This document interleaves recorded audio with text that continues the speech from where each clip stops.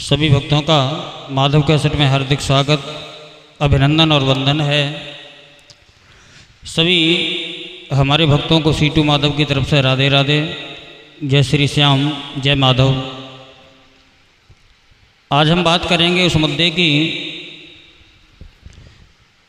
जो दिनों दिन सीटू को बदनाम करने में लोग लगे हैं। शायद उन्हें सच्चाई का कोई पता नहीं है और अपनी अपनी कोई वीडियो बना के डाल रहा है, कोई गलत टाइटल लगा रहा है। मैं वीडियो बनाता नहीं, आज तक मैंने वीडियो नहीं बनाई और मैं बड़ा दुखी हो चुका हूँ। शाम को सोने नहीं देते, इतने फ़ोन आते हैं। कोई वीडियो डाल रहा हूँ चैनल पे तो उसमें कमेंटें इतनी ख़राब कमेंटें करते हैं लोग कि उन्हें पढ़ने में भी शर्म आती है। शायद उन्हें नहीं मालूम है जो हमारे और प्रवेश शास्त्री जी के बीच में जो बात हुई थी, वो कार रिकॉर्डिंग जो वायरल हुई, वो सीटू माधव ने वायरल नहीं की। और सीटू माधव आज तक कभी किसी की वीडियो सीटू के माध्यम से वीडियो या ऑडियो वायरल हुई ही नहीं है। अगर सीटू ने वायरल की होगी तो उसके सारथी हमारे माधव हैं, हमारे कन्हैया हैं। और मैं सबसे ज़्यादा अपने माधव को मानता हूँ क्योंकि कन्हैया की सब दया दृष्टि है। आप लोगों ने सब कुछ सुना होगा, हमसे और जो प्रवेश शास्त्री जी से बात हो रही थी, उससे एक दिन पहले प्रवेश शास्त्री जी हमारे घर पे आए थे। उन्होंने कहा कि भैया के पक्ष में एक गाना लिखना है। भैया ने एक राठौर वीडियो में गाना निकाला है तो हम भी ये गाना निकालेंगे। तो हमने एक गाना स्वयं लिखा और उस गाना में इतने अच्छे शब्द थे, शायद किसी ने मोबाइल से वीडियो बना करके भी वो अपने चैनल पर डाल दिए है। यहाँ से मोबाइल से जो लड़के बना ले गए, वो गाना आज भी मेरे पास पड़ा हुआ है। मैंने स्वयं लिखा था भैया जी के लिए कि भैया जी हम लोग एक हैं। और ये प्रवेश शास्त्री जी ने माधव कैसेट पे गाना गाया था। उसके बाद में हुआ ये, भैया जी से बड़े भैया श्रीमान श्री, मैं उनका सम्मान करता हूँ, श्री मंजित शास्त्री जी, उनसे मेरी बात हुई। मैं मैनपुरी जा रहा था, प्रवेश शास्त्री जी का फ़ोन आया। हमने सारी बात बताई, मैं भैया जी के पास जा रहा हूँ। तो इन्होंने हमसे कहा कि तुम पहुँचो, मैं भी आ रहा हूँ और भैया जी से वहाँ बैठ कर के बात करेंगे। मैं मैनपुरी जा रहा था, पहुँचने वाला था, तब तक प्रवेश शास्त्री जी का फ़ोन आया और उन्होंने हमसे फ़ोन पे बात की। उन्होंने कितने शब्दों का प्रयोग किया, हमसे भी उसमें अपशब्द बोले हैं, आप लोगों ने सुना होगा। लेकिन सीटू ने एक भी शब्द फिर भी गलत नहीं बोला। आप पूरी रिकॉर्डिंग सुनो और उसमें बताओ कि सीटू ने कब सोचा था कि परिवार अलग हो जाए, भाई भाई में झगड़ा हो जाए।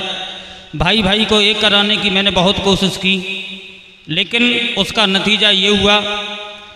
मैं श्रीमान श्री बड़े भ्राता जी पूजनी मंजित शास्त्री जी के यहाँ पहुँचा तो कसम खवा करके हमसे वो रिकॉर्डिंग ली गई। बड़े भैया ने हमें कसम खवाई, मैंने उनको रिकॉर्डिंग दे दी। अब हमें ये तो नहीं मालूम था कि ये रिकॉर्डिंग सुनेंगे या कहीं किसी के माध्यम से वायरल होगी, क्या होगा। ये हमें इतना छल कपट नहीं है जो हम इतना जानते। वो रिकॉर्डिंग ये है कि हमसे रिकॉर्डिंग कैसे ली गई, आप लोग रिकॉर्डिंग सुने। और ये लोग जब बकवास करते हैं, गाली फाली बहुत दई, तब हमने कही रिकॉर्डिंग दी, उनने कसम खवा दी। तो हाँ ना तो हम देती ना, पूरी बार बताए तो हम बताया थी ना हमने, तुम सीधी जगह दी कि इन्हें कही हम मैनपुरी आ रहे, तुम वहाँ पहुँचो। तो हम पहुँच गए, फिर इन्हें बकवास करी और उनने कसम खवाई, रिकॉर्डिंग दे दी। आप लोगों ने रिकॉर्डिंग में सुना होगा कि सीटू से रिकॉर्डिंग कैसे ली गई। और जो लोग तमाम कमेंटें कर रहे हैं, सीटू को कहीं चुगला लिख रहे हैं, कहीं कुछ कर रहे हैं। पहली बात तो भाई ये है कि बड़ों का सम्मान करना सीखो। हमारे यहाँ हमारे जो हमसे बड़े हैं, चाहे उन्हें कथा मिलती हो, चाहे वो घर पर बैठे रहते हों, जो हमसे बड़े हैं, मैं उनका आज भी माधव कैसेट में जब वो आते हैं तो उनके पैर छूता हूँ।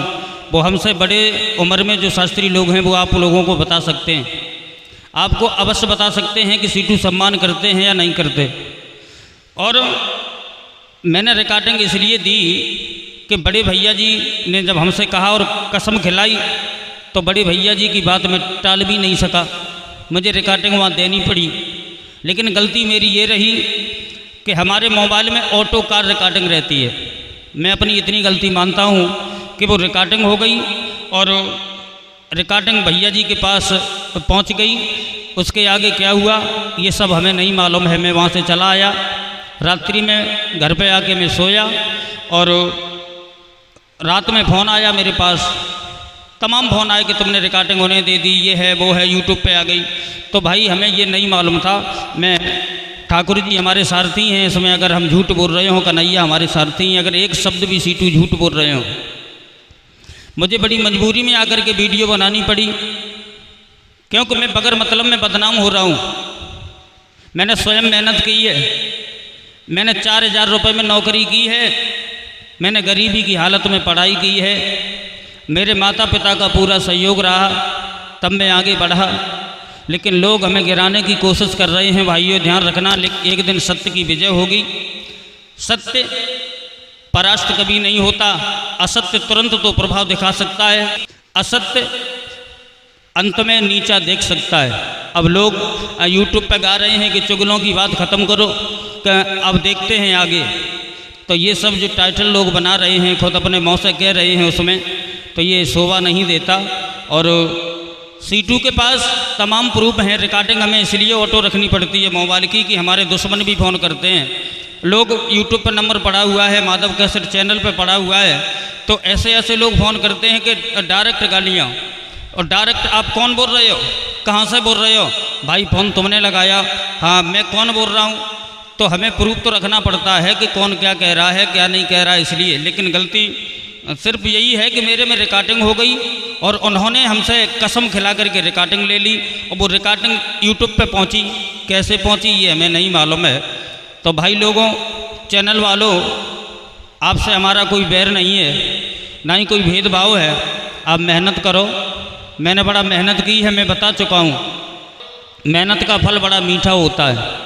एक दूसरे को वायरल करके, गलत थंबनेल लगा के, तू तड़ाक भाषा का प्रयोग कर रहे हैं, उसमें हेडिंग डाल रहे हैं, इससे चैनल नहीं चलेगा। असत्य परास्त हो जाएगा, सत्य की हमेशा विजय होती चली आई है, होगी। ये कलयुग है और उसके साथ साथ में ये करयुग भी है। जैसा करोगे वैसा भरोगे। सीटू ने किसी की चुगली नहीं की और ना ही सीटू चुगली करता है। उस रिकॉर्डिंग से आपको मालूम पड़ जाएगा कि सीटू ने कितनी कोशिश की कि दोनों भाई एक रहें। दुख तो इस बात का होता है, भाई भाई तो एक होने थे, मैंने भी बहुत कोशिश की, उस मतलब में हम बुरे हो गए। लेकिन भाई भाई इकट्ठे बैठ करके यूट्यूब पे फोटो आ गए कि भाई भाई हुए एक और चुगला हुए अलग। वहाँ हमारा भी नाम बोल दिया जाता कि सीटू का कोई दोष नहीं है, सीटू से कसम खिला करके रिकॉर्डिंग ली गई। तो शायद है कि जनता समझ जाती, जनता कुछ समझ नहीं रही है और हमें बदनाम करने की भरपूर कोशिश की जा रही है। वीडियो पूरी देखें, उसके बाद में जो आपके मन में आए वो कमेंट बॉक्स में लिखें।